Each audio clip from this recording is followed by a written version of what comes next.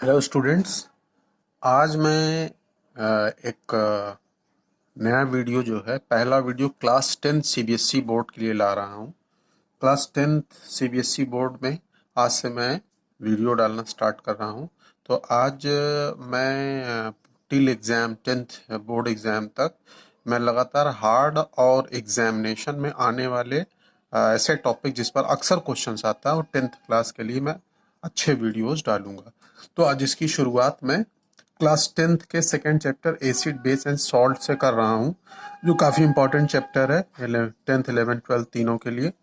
तो 10th class के लिए एसिड बेस सॉल्ट का वीडियो आज मैं स्टार्ट करने जा रहा हूँ। तो वीडियो अच्छा लगे तो प्लीज़ इसको सब्सक्राइब करिएगा, लाइक करिएगा, क्योंकि फिर नए नए वीडियोस में भेजता रहूँगा जिससे आपके नॉलेज में, केमिस्ट्री के नॉलेज इंक्रीज होगा और एग्ज़ाम में, बोर्ड एग्ज़ाम में आपको बहुत मदद मिलेगी मेरे वीडियोस देखने से। तो चलिए स्टार्ट करते हैं क्लास 10th का एसिड बेस सॉल्ट का पहला वीडियो एसिड। इसके आज एसिड के बारे में हमको कंप्लीट इंफॉर्मेशन मिलेगी, कई ट्रिक्स भी मैं बताऊंगा जो एसिड टॉपिक को लेकर के बहुत हेल्पफुल होगा आपको। वीडियो अगर अच्छा लगेगा तो लाइक जरूर करिएगा। तो चलिए स्टार्ट करते हैं।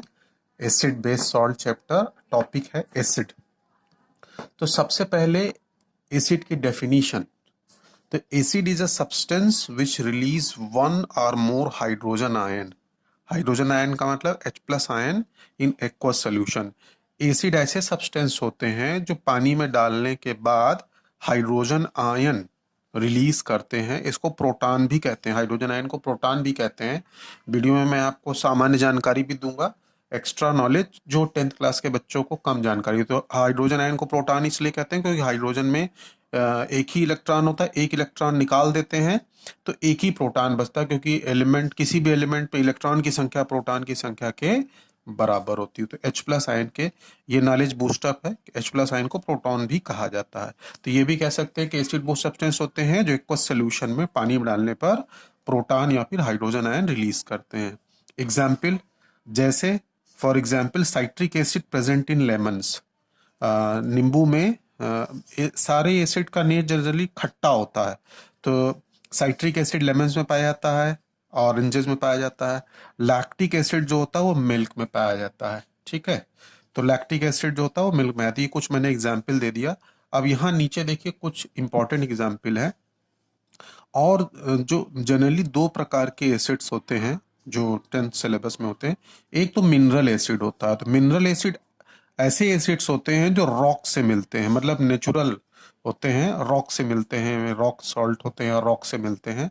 तो जो मिनरल से मिले उसे मिनरल एसिड, यानी जो रॉक से प्रोड्यूस्ड हो उसे क्या बोलेंगे, मिनरल एसिड। तो क्या हो सकता है इसका एग्जाम्पल, HCl हो सकता है, hydrochloric acid, sulphuric acid H2SO4, nitric acid HNO3। इस तरह के एसिड जो होते हैं, और बहुत सारे एसिड्स होते हैं, ये मैंने कुछ एग्जाम्पल्स लिए। दूसरा एक ऑर्गेनिक एसिड होता है जो कार्बन कंपाउंड से बना होता है। तो ये जैसे देखें, ये एथेनोइक एसिड का फार्मूला है CH3COH, और ये फॉर्मिक एसिड का फार्मूला मेथेनोइक एसिड जिसे बोलते हैं SCOH। ठीक है, तो जनरली दो प्रकार के एसिड आपको हाई स्कूल में पढ़ाया जाता है 10th में।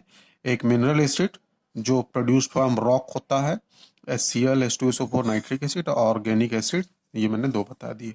अब एक टॉपिक आता है इंपॉर्टेंट कि एसिड को पहचानेंगे कैसे, जानेंगे कैसे। अगर अननोन, मतलब ऐसा हो कि पता नहीं चल रहा, तो acids are sour in taste, खट्टे होते हैं। और जो लैब में जो सबसे इंपॉर्टेंट चीज है कि acid convert blue litmus paper into red. किसी भी blue litmus paper universal indicators होते हैं। इंडिकेटर ऐसे सब्सटेंस होते हैं जो एसिड और बेस को इंडिकेट कर देते हैं by changing their their colour. तो when we put a drop of any acid on a litmus paper, blue litmus paper changes into red, indicating that the given compound or substance is acid. जैसे tomato juice निकाल करके उसके juice को filter करके अगर blue litmus paper रखें तो red हो जाएगा। तो इससे क्लियर होगा कि जो टमाटो का नेचर है वो एसिडिक है। लेमन जूस को लेकर ब्लू लिटमस पेपर पर रखें तो वो रेड हो जाएगा। ठीक है, और ऐसे जो भी एसिडिक सब्सटेंस है आप चेक कर सकते हैं। तो all the acid convert blue litmus paper plus acid, यहाँ देखिए एरो लगाया, blue litmus paper plus acid डाला, put and blue litmus changes into red, तो एसिड इज कंफर्म। ये जो लेबोरेटरी में इसको कराया जाता है एसिड और बेस के टेस्ट के लिए। तो अब ये एक चीज तो ये हो गई, ये काफी इंपॉर्टेंट चीज है जो मैं एक्सप्लेन करने जा रहा हूँ आपको। ये है chemical properties of acid, NCERT में इसका एक्सप्लेनेशन है। तो देखिए मैंने एक फ्लो चार्ट बनाया है जिससे आपको बहुत मदद मिलेगी, और आज 10th क्लास के बच्चों को मैं एक ऐसा ट्रिकी फॉर्मूला बताऊंगा जिससे आप रिएक्शन करने में बहुत आसानी होगी आपको। जो बच्चे बच्चे जिससे घबराते हैं कि रिएक्शन में कैसे याद करूं कैसे पढूं, तो आज मैं ट्रिकी मेथड बताऊंगा जो आप अर्ली स्टेज में रिएक्शन सीखेंगे। 11th 12th में आते आते आप रिएक्शन को बहुत अच्छे से बगैर लर्न किए हुए सीख जाएंगे, जीरो लर्निंग लोड पर। तो एक फ्लो चार्ट है, इसमें 4 केमिकल प्रॉपर्टीज है एसिड की, जैसा कि हेडिंग पड़ा हुआ है। तो यहाँ देखिए इधर की तरफ लिखा है मैंने एसिड, तो ये एसिड का मतलब ये सी केमिकल प्रॉपर्टीज है। पहला रिएक्शन विद मेटल, दूसरी property reaction with metal oxide, reaction with metal carbonate, और लास्ट वाला reaction with metal hydrogen carbonate, last है reaction with metal hydrogen carbonate. तो चलिए वन बाई वन स्टार्ट करते हैं केमिकल प्रॉपर्टीज ऑफ एसिड में। पहली प्रॉपर्टी रिएक्शन विद मेटल, यानी कि जब किसी मेटल से रिएक्शन, जैसे कि सोडियम हो गया, मैग्नीशियम हो गया, जिंक हो गया, कैल्शियम हो गया, ये सब मेटल हैं। मेटल वो होते हैं जिनके आउटर मोस्ट सेल में 1 2 3 इलेक्ट्रॉन हो, या जो डक्टाइल हो, मेलेबल हो, फिजिकली आपने 8th क्लास में पढ़ा होगा। तो मेटल एसिड से रिएक्शन करते हैं तो क्या होता है, ये पहला जो वाला पॉइंट है ये फॉर्मूला है। Metal when any dilute acid is taken, आपने मेटल लिया कोई भी मेटल, और अगर डाइल्यूट एसिड लिया, डाइल्यूट एसिड में उसको डाला, तो हमेशा हमेशा क्या बनेगा, मेटल सॉल्ट बनेगा और हाइड्रोजन गैस निकल आएगी। ये रिएक्शन ऑफ मेटल का फॉर्मूला हो गया, reaction of metal with acid, reaction of metal with acid, reaction of metal with acid. तो जब भी किसी मेटल को एसिड में डालेंगे तो क्या बनेगा, मेटल सॉल्ट बनेगा और हाइड्रोजन गैस निकलेगी। सॉल्ट वो होते हैं जिनके ऊपर प्लस माइनस चार्ज की संख्या बराबर होती है। सॉल्ट वो होते हैं जिसमें एक मेटल होता है एक नॉन मेटल होता है। सॉल्ट सॉल्ट को जानने की ट्रिक, सॉल्ट में एक मेटल होता है और एक नॉन मेटल होता है। तो देखिए मैं एग्जाम्पल दिखा रहा हूँ। एक पहला एग्जाम्पल, मैग्नीशियम लिया, मैग्नीशियम को हाइड्रोजन क्लोराइड एसिड में डाला तो क्या बन गया, मैग्नीशियम क्लोराइड और हाइड्रोजन गैस। एक ट्रिक मैं और बता रहा हूँ रिएक्शन सीखने की, सारे मेटल के ऊपर पॉजिटिव चार्ज होता है। जैसे मैग्नीशियम पे 2 पॉजिटिव चार्ज होता है क्योंकि 2 इलेक्ट्रॉन रिलीज करता है। नहीं तो आप सिर्फ प्लस रख लें तो आपको रिएक्शन समझने में आसानी होगी। हमेशा हाइड्रोजन आयन के ऊपर पॉजिटिव चार्ज होता है, तो जिसके चार्ज के बारे में जानते हैं वो चार्ज को आप रख दीजिए। देखिए तो मेटल पे मैंने बताया पॉजिटिव चार्ज तो रख दिया, हाइड्रोजन पे हमेशा प्लस चार्ज होगा। और ध्यान रखें कि अगर पहले वाले एलिमेंट पे प्लस चार्ज आ गया तो बगल वाला एलिमेंट क्या होगा, माइनस होगा। और आपको हमेशा पता है प्लस और माइनस के बीच में क्या होता है, अट्रैक्शन होता है। तो प्लस वाला जो चार्ज है किसके तरफ भागेगा, प्लस वाला चार्ज माइनस की तरफ भागेगा। तो Mg और Cl जुड़ गया तो क्या बन गया, MgCl2। और ये जो 2 हाइड्रोजन थी वो किस फॉर्म में निकल गई, हाइड्रोजन गैस के फॉर्म में। तो आप अगर ये ट्रिक समझ ले कि मेटल पर हमेशा प्लस चार्ज रखेंगे और हाइड्रोजन आयन पर हमेशा प्लस चार्ज रखेंगे, तो हाइड्रोजन आयन के बगल वाली जो भी चीज होगी इस पर माइनस चार्ज आ जाएगा। तो प्लस को माइनस से जोड़ देंगे तो फटाक से रिएक्शन हो जाएगी। ये बड़ी इंपॉर्टेंट ट्रिक है, यूज करके आप देखिएगा, बहुत काम आएगी आपको। आयरन मेटल है, प्लस चार्ज मैंने लगा लिया, मैंने बताया हाइड्रोजन पे प्लस चार्ज तो बगल वाले पे क्या हो जाएगा, माइनस चार्ज। तो प्लस किसके पास जाएगा, माइनस के पास, तो बन गया FeSO4 आयरन सल्फेट और हाइड्रोजन गैस बाहर हो गई। मेरे ख्याल से आपको ये ट्रिक अच्छी भी लगी होगी और समझ में भी आई होगी। बी वाला part, reaction with metal oxide. Metal अगर ऑक्सीजन के साथ जुड़े तो उसे क्या बोलेंगे, metal oxide. Example sodium oxide, calcium oxide, magnesium oxide, zinc oxide.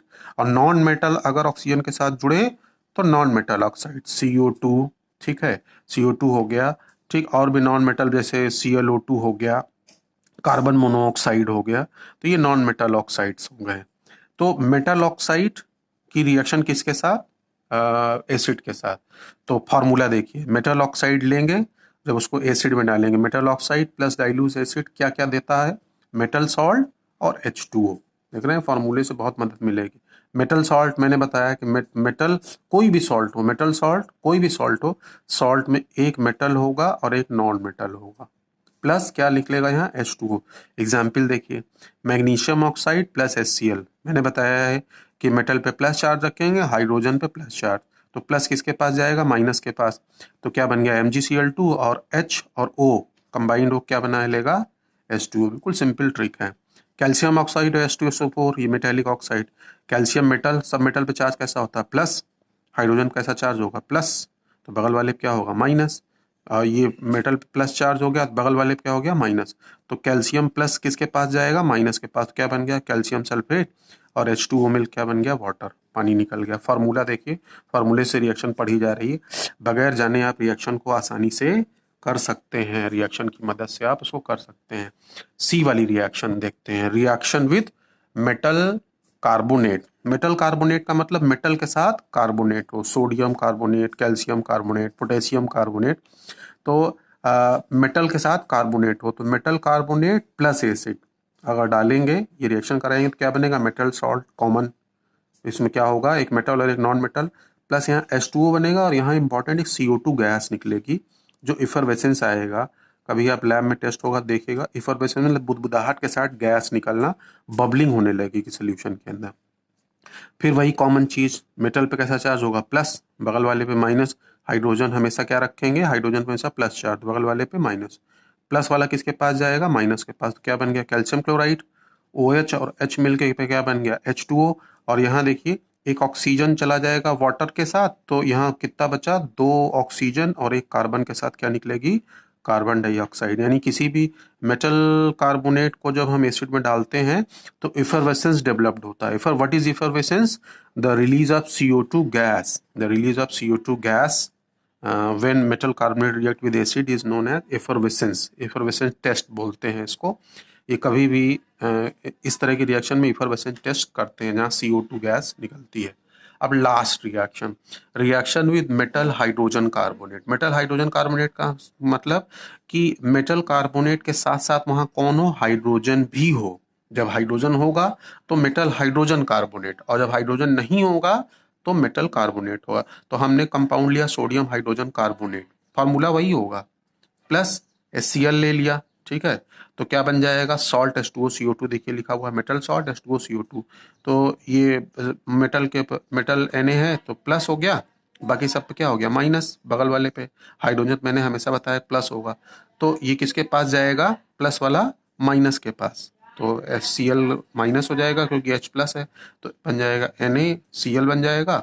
OH और H के साथ मिलकर क्या बन जाएगा, पानी बन जाएगा। और देखिए यहाँ एक ऑक्सीजन चूंकि पानी के साथ चला गया तो 2 ऑक्सीजन और एक कार्बन बचा, तो क्या निकल गया, कार्बन डाइऑक्साइड गैस। यानी कि एसिड, जब भी कोई एसिड मेटल कार्बोनेट और मेटल हाइड्रोजन कार्बोनेट के साथ रिएक्शन करता है तो वहाँ इफरवेसेंस डेवलप्ड होता है। Effervescence is what, release of CO2 gas with murmuring sound. कान में अगर लैब में लगा करके कान में टेस्ट ट्यूब ले जाएंगे तो बुदबुदाहट के साथ आवाज आएगी जो कि CO2 गैस को रिलीज को शो करती है। ये दोनों रिएक्शन काफी इंपॉर्टेंट हैं, बोर्ड में बहुत पूछी जाती हैं, तो ये काफी इंपॉर्टेंट है नीचे की 2 रिएक्शन। अब एक बहुत अच्छी चीज, इंपॉर्टेंट ट्रिकी चीज मैं बताने जा रहा हूँ जो बहुत मदद मिलेगी आपको आगे और एग्जाम, बोर्ड एग्जाम के लिए। स्ट्रांग और वीक एसिड के बारे में बताने जा रहा हूँ मैं कि स्ट्रांग और वीक एसिड्स क्या होते हैं। एसिड मैंने बता दिया कि एसिड को पानी में डाला जाता है, when acid dissolved in water, when acid water लिया, डिजॉल्व हो गया, it gives the hydrogen ion in aqueous solution. पानी में क्या देता है वो, हाइड्रोजन आयन देता है, ठीक है। एग्जाम्पल HCl, HCl लिया लिक्विड हमने, वाटर मेटल डिजॉल्व हो गया, क्या रिलीज किया, एक्वस फेज में हाइड्रोजन आयन। H2SO4 लिया, वाटर में डाला, डिजॉल्व हो गया, तो क्या रिलीज किया, हाइड्रोजन आयन। तो यहाँ देखिए जो बचेगा वो Cl माइनस निकल जाएगा, यहाँ SO4 एक्वस फेज में निकल जाएगा। तो ऐसे acids, those acids which completely ionize, तो होता ये है कि जब हम एसिड को पानी में डालते हैं तो जो हाइड्रोजन आयन जो डेवलप्ड होता है, वहाँ जो हाइड्रोजन आयन पैदा होता है एसिड से, उसे हम आयोनाइजेशन कहते हैं। एसिड को पानी में डालने से क्या डेवलप्ड होता है, आयोनाइजेशन। उस प्रोसेस को, यानी कि एसिड वाटर में डिजॉल्व होकर के हाइड्रोजन आयन दे, इस प्रोसेस फिनोमेनन को क्या बोलते हैं, आयोनाइजेशन। तो यहाँ देखिए इंपॉर्टेंट पॉइंट मैंने लिखा, formation of hydrogen ion in aqueous solution called ionisation. तो एसिड पानी में घुलने के बाद जब हाइड्रोजन आयन एक्वस फेज में थे उसे आयोनाइजेशन कहते हैं। अगर कोई भी एसिड पानी में डालने के बाद अगर वो जो आयोनाइजेशन प्रोसेस है अगर वो प्रोसेस कंप्लीट हो, मतलब कि पूरा पूरा आयोनाइजेशन हो जाए कंप्लीट, तो वहाँ हमेशा वो एसिड स्ट्रांग होगा। यहाँ कंप्लीट आयोनाइजेशन हो रहा है HCl H2SO4 के लिए, तो HCl H2SO4 is strong acid. Strong acid यानी कहने का मतलब ये हुआ कि ऐसे एसिड जो पानी में डिजोल्व होने के बाद मैक्सिमम हाइड्रोजन आयन दें, या आयोनाइजेशन कंप्लीट हो जाए, पूरा हाइड्रोजन आयन निकले, आयोनाइजेशन कंप्लीट हो जाए। आयोनाइजेशन का मतलब हाइड्रोजन आयन का निकलना, टूटना, तो उसे कंप्लीट आयोनाइजेशन कहते हैं। These are those acids, these are strong acids. When ionization is complete, when dissolved in water acid, that type of acid is known as strong acid।